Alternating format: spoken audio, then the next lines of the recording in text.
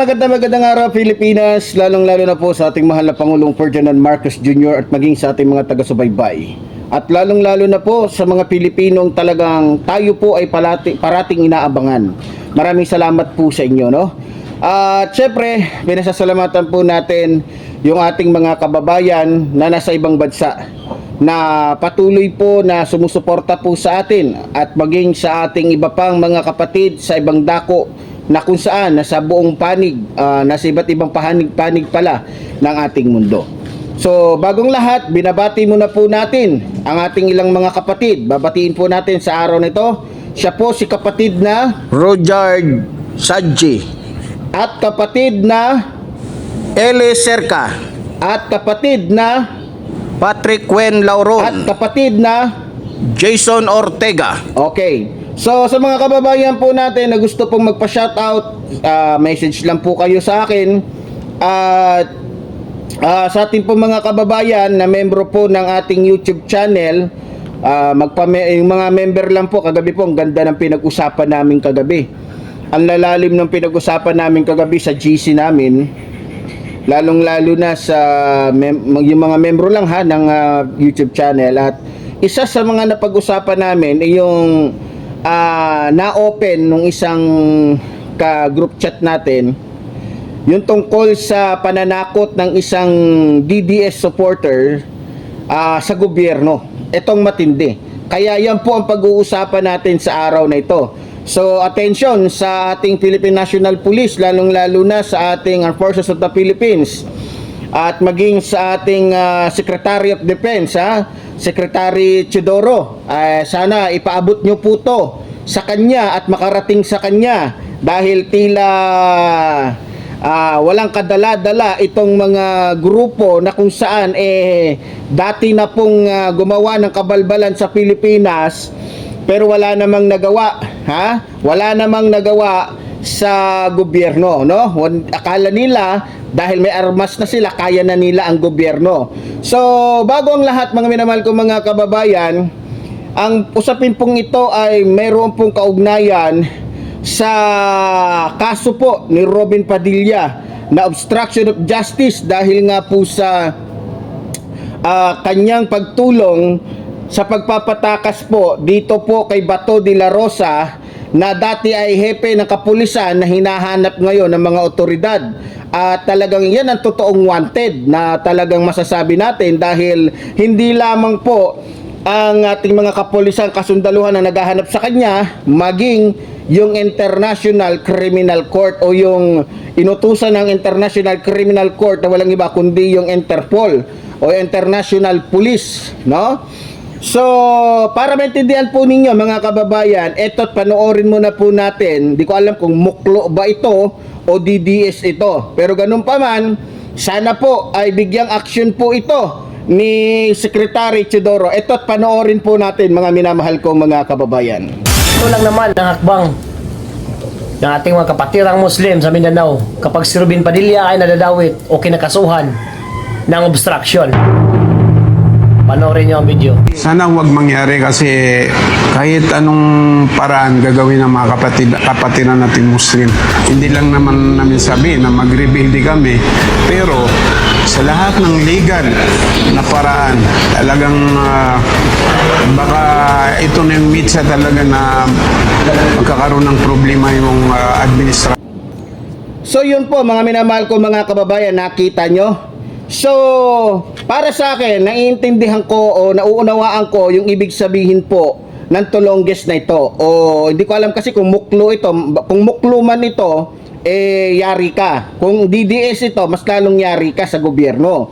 Kasi para bagang itong taong ito ay kontra sa gobyerno dahil ang pinagmamalaki niya, hindi ko alam kung MNLF to, MILF. Alin dyan sa dalawa, correct me, message nyo ko kung alin dyan, no?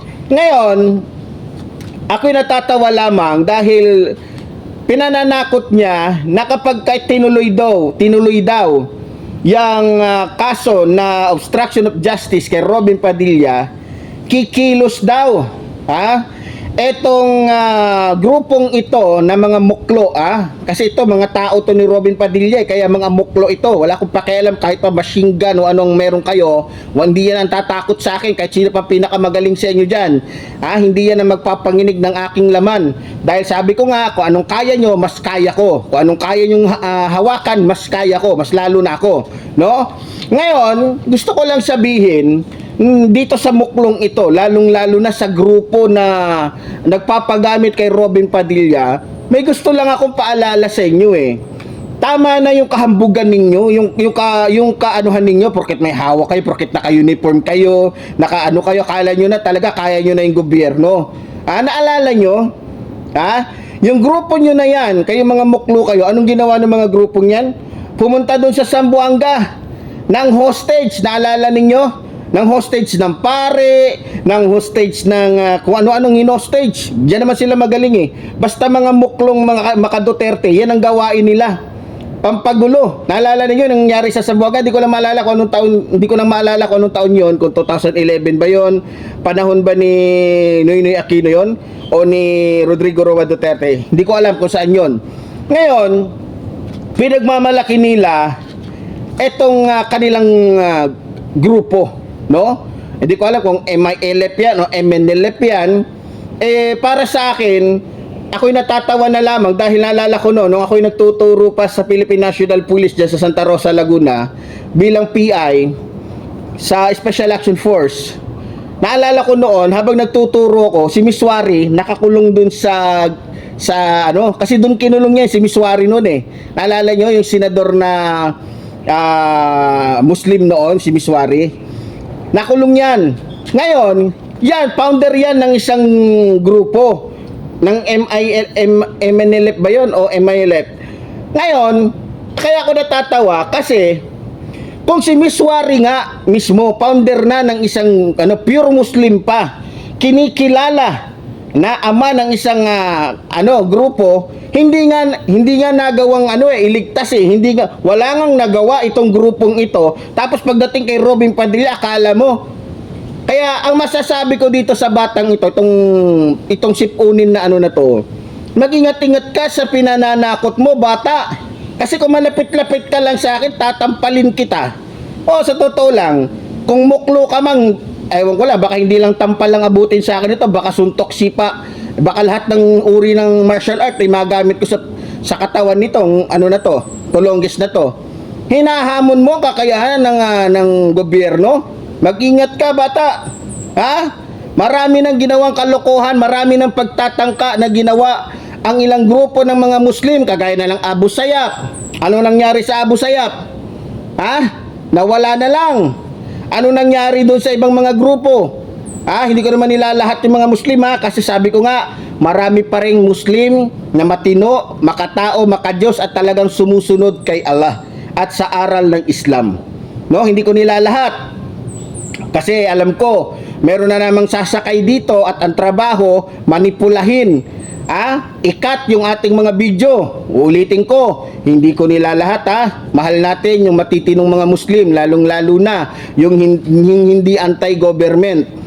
No? Ngayon, masasabi ko lang dito sa sipunin na batang ito. Sabi mo, kapag kinasuhan si Robin Padilla ng obstruction of justice, kikilos yung mga muklo na yan. Ano to? Panoorin mo panoorin mo tong video na to. Panoorin mo. Kinasuhan pa ako, hindi ko naman alam, wala naman akong ginawang masama. Nakisakay lang sa akin si Bato. Yun. Klarong-klaro.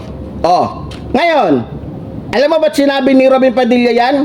Kasi tinuloy ng gobyerno na kasuhan si Robin Padilla ng obstruction of justice. Pero makikita ninyo mga kababayan, galing talaga ni Robin Padilla, no? Talagang bihasa ito sa panggagago. Nagagaguhan na lang yan sila Alam ni Robin Padilla na obstruction of justice yung ginawa niya. Dahil alam niyang hinuhuli ng mga pulis itong si Bato de la Rosa, imbis na isumbong niya na si Bato de la Rosa ay gustong lumabas at makikisabay sa kanya, tinulungan niya. Tapos sasabihin niya, ba't ano naging obstruction of justice yun? na nakisabay lang naman sa akin. Tingnan mo yung utak ni Robin Padilla. Yung mga muklo naman, nagtatawanan lang. Alam naman nila na sa batas, batas natin, talagang may kasalanan si Robin Padilla. Pero makita ninyo yung mga ugali nila. Hindi na nila alam ang tama't mali. Nagtatawanan pa sila, iniinsulto nila ang gobyerno. Pero ayaw nilang iniinsulto sila. Ayaw nilang binabastos sila. Pero itong mga muklong ito, pag nagbastos sa batas natin, dito sa bansa natin, ganun-ganun na lang. Pero pag ginalaw sila, pag inano sila, sinabihan sila, akala mo kung sino nang papatay ng tao. Ngayon, tinuloy na ng gobyerno na kasuhan ng obstruction of justice itong si Robin Padilla. Nasaan na ngayon yung pinagmamalaki mo, Utoy? Abay, kung lagi ka na lang ang ganyan, lagi na lang kayo nananakot, abay, hindi tayo magkakaigi. Ay siya, abay, ayusin mo yung pinagsasabi. Abay, pagka lagi na lang ang gayaon, abay, mahuhulog na tira nagmamarites ka laang. Ngayon, nasaan na yung pinagmamalaki ni Robin Padilla o ng ilang mga DDS dyan na gagawa ng kaguluhan kung sakaling ituloy ang kaso laban kay Robin Padilla? Nasaan? May nagawa ba? Wala. Kaya ngayon ang sinasabi ko sa inyo na itong mga ito puro forma lang. Naalala ko nga noon meron akong kaibigan dyan sa Laguna, membro ng MILF ba yan o MNLF. Nag-ano sila doon, meron silang tinatawag na parang convention ba yun? Kung di ako nagkakamali. O meron silang pagkakatipon. Yan na lang. Sa madaling salita. At yun, may ginawa silang pa marcha-marcha, ganito. Yung pala, walang permit. Hindi ko alam, MNLF yata o MILF. Pumasok ngayon yung limang CIDG. Pumasok. Ito, totoo ito. Dahil kasama ko sa the Fraternal Order of Eagles, yung membro nito na nagkwento di sa akin at nagkaroon sila ng kaso sa korte dahil nga nahulihan sila ng 45, nahulihan sila ng mga armas. Ilan sila doon? Ilan sila? Yung ni-raid sila doon ng 5 CIDG, ilang piraso sila? Mahigit 50. May nagawa ba? Yung mahigit 50 na yon doon sa 5 CIDG? Wala. Tamang yuko, tamang dapa, tamang posas, tamang huli, tamang kulong. Yun lang. Kaya nga ako natatawa ako sa tuwing nagyayabang itong mga ito, pinagyayabang nila yung mga grupo na ito na akala mo naman, legit yung ano nila, akala mo naman, yung mga sundalo nila dyan, may mga sweldo, wala naman. Ni wala ngang tangke, ni wala ngang eroplano, ni wala ngang helicopter yung mga yan. Hanggang armas lang dahil hindi naman talaga sila kinukonsider na mga sundalo o mga legit na ng gobyerno. Kaya isa lang ang masasabi ko, uulitin ko hindi ko po nilalahat ng ating kapatid na Muslim, hindi ko nilalahat. Huwag niyong ipagmalaki yung MNLF, MILF, Moro Islamic Liberation Front, BIFF, kahit ano pa yan, kahit Abu Sayyaf pa yan. Huwag niyong ipananakot yan sa gobyerno dahil pag nandiyan naman yung mga sundalo, mga tropa, tamang takbo naman kayo. Wala naman kayo nagagawa kundi tumakbo ng tumakbo, sumuko ng sumuko. Ganyan lang. Di ba? Ano nangyari sa Maute na sinuportahan ni Duterte? Akala nila magtatagumpay sila dahil kakampi ni Duterte pati yung yung ISIS. Ano nangyari? Napulpog, naubos. Kaya nga sabi ko, hindi ko naman minabaliit yung mga kapatid nating mga Muslim na maka-Duterte, maliban lang doon sa mga kakampi nating mga Muslim. Huwag kayong masyadong magmalaki. Dahil tulad ng sinabi ko, yung armas na hawak-hawak ninyo, kumbaga sa awa na lang namin yan sa inyo para makahawak kayo, para maprotektahan ninyo yung mga sarili ninyo dyan. Dahil kayo mismong mga Muslim, nagkakagulo, nagpapatayan. Sasabihin nyo, naninira ako. Hindi ako naninira, tingnan nyo ngayon. Dahil lang sa eleksyon na nagaganap ngayon dyan sa Barm. Kapwa Muslim nagpapatayan para lamang mapunta sa kanya yung kapangyarihan na minimithi niya. Hindi niya na iniisip na Muslim ako, na meron akong aral na mula kay Allah, na nasa natutunan ko sa Quran. Wala na 'yan. Mismong malaking opisyal ng muro. Oh, anong ginawa? Inambus. Ha? Dahil lamang sa eleksyon na 'yan. Kaya kayong mga DDS na mga Muslim, kayo magmalinis. Huwag kayong magmalinis dahil kayo mismo dyan nagkakagulo. Kaya lang binigyan kayo ng authorized na maghawak ng mga armas ninyo para may pagtanggol yung iba Muslim, yung kanilang sarili laban sa kapwa nila Muslim. Tapos pag nagsalita kayo, kala nyo naman talaga united na united kayo. Huwag na tayo maglokohan dito. Magsisinungaling ako o kasinungalingan ang nakikita ko, napapanood ko sa TV, kung sasabihin yung hindi totoo ang sinasabi ko. Ha? Oh. Bago nyo sabihin na ganito, ganyan, ipakita nyo muna sa gobyerno talagang iisa kayo, buo kayo. Wala kayo nga mismo nagpapatayan 'Di ba? O mabalik tayo dito sa isang sipunin, uhugin na bata. O utoy, ewan ko lang kung anong magiging reaksyon ng gobyerno sa'yo. Para kasing ang labas niya, pinananakot mo sa gobyerno itong mga muklo na ito, na hanggang forma lang naman yan. Pagdating sa gera, wala. Naalala nyo noon, ilang kampo na ng mga grupo ng mga muklong Muslim ang pinasok ng mga kasundaluhan. O, ano nangyayari? Kukunin yung armas. Pag wala na silang armas, luluhod sa gobyerno. Please, Mr. President, Madam President, maawa ka sa amin. Bigyan mo kami ng pahintulot na ganito, ganyan.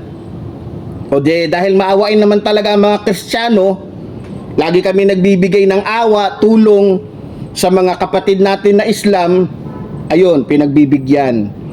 O, ang problema, kapag may politikong Kristiyano na gagamitin itong mga Muslim na ito, itong mga Muslim na ito, nagpapagamit naman. Lalong-lalo na dito kay Robin Padilla na kaya lang naman nag-Muslim dahil sa hangarin niya na makakantot ng mga babaeng kung sino-sino na lang na magugustuhan niya. Yan lang naman totoo Sabi niyo kay Robin Padilla, padala niyo yan sa kanya.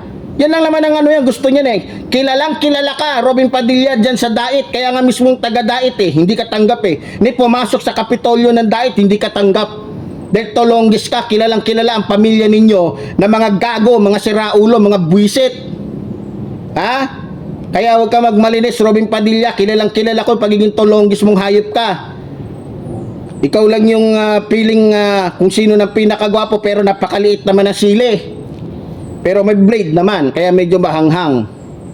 Diba? Kaya sa ating mga kababayan, ulitin ko, sa mga muklo na nagbabalak na kalabanin ng gobyerno, wag yung gagawin yan. Ako na lang maaawa sa inyo. Ako na lang naaawa sa inyo. Wag yung kalalabanin ng gobyerno. Dahil sa panahon pa lang ni Pangulong Ferdinand Marcos Sr., minsan nang sinubukan ng mga muklong mga tulisan na kalabanin ng gobyerno, ano nangyari? Wala. Kaya wag na wag. At pakiusap, wag kayo magpapagamit kay Robin Padilla. Dahil yung muklo na yan, sinungaling yan. Ha? Sinungaling yan. Gusto nyo patunayan ko sa inyo na sinungaling yan? Tingnan nyo Tingnan nyo yung kanyang video. Panoorin ninyo. Yun ang problema. Kaya ang mga banat ninyo, bobo yan, tangayan, yan ang mga kaya lang nung sabihin. Kasi pagdating sa pagnanakaw, zero ako. Binigyan kami ng pera, ng insertion ni Senator Padilla, ni Robin Padilla, ng 150 million. Tapos sabi sa amin, tapos na ang building. Hindi pagdating ko, kalahati pa lang. Ayun, klarong-klaro Kaya daw, tinitira siya, sinasabihan siya ng bobo, ganito, ganyan, dahil wala daw makitang butas ang gobyerno sa kanya. Pero, may nagsalita, narinig niyo yung nagsalita? Tapos na daw yung binadgetan ng 150 million na isang gusali, nung tinignan, hindi tapos, hindi pa nga nangangalahati. Ngayon, Robin Padilla, hanggang kailan mo lolokohin yung mga kapatid na Muslim? Hanggat may pera ka? Hanggat malakas ka pa? Pero naniniwala ako isang araw, magigising yung mga kapatid natin na Muslim sa katotohanan na ginagamit lamang sila ng muklong ito. Ginagamit lamang sila nitong ni Robin Padilla na nagsabing may dugong Muslim, ay may dugong Chinese. Niloloko lamang sila ni Robin Padilla na nagsabi dati na may dugo siyang Espanyol, na hindi malaman kung ano ba talagang dugo meron to. Pero ako natitiyak ko kung ano talagang dugo meron si Robin Padilla. Dugo ng isang taksil, dugo ng isang manyakis, dugo ng isang sinungaling, dugo ng isang traidor. Yan ang alam ko na meron talagang positive yan. Yan ang dugo ni Robin Padilla. Kaya wag mo nang lokohin, wag mo nang idamay. Ako naawa talaga ako sa mga kapatid nating Muslim na nagagamit na lamang ni Robin Padilla. Kaya sana po, ako'y nananawagan, wag nyo pong kalabanin ng gobyerno. Dahil mahirap po kalaban ng gobyerno. Wag, nakikiusap ako. Maawa kayo sa pamilya ninyo. Maawa kayo sa mga anak ninyo. Tandaan ninyo, ang pinakamagandang magagawa ng mga Pilipino sa bansang ito, pumanig sa gobyerno. Magiging maganda buhay mo. Yes, sasabihin niya, ikaw nga ganito, ganyan Yes, nagkaganito man ako, hindi dahil sa kinalaban ko ang gobyerno. Nagkakaganito ang buhay ko dahil maraming mga tulisan, mga magnanakaw, mga politikong gahaman sa pera at kapangyarihan, at mga bandido na tinatamaan ng aking mga mensahe ang nagagalit sa akin. Kaya gusto tayong patahimikin. Iba ang sitwasyon ko at sa binibigay ko sa inyong mensahe. No? Kaya tignan ninyo. Dahil alam ng Diyos na tama ang pinaglalaban ko, gobyerno at ang mamamayan. Laging pinoproteksyonan ng Diyos ang inyong lingkod, Epipanyo Labrador. Sa kanyang pakikipaglaban, pakikibaka para sa katotohanan. Kaya muli po, tulad po ng sinasabi ng inyong lingkod, mabuhay po ang ating inambayan. Mabuhay po ang nagmamahal sa ating inambayan. Maraming salamat po.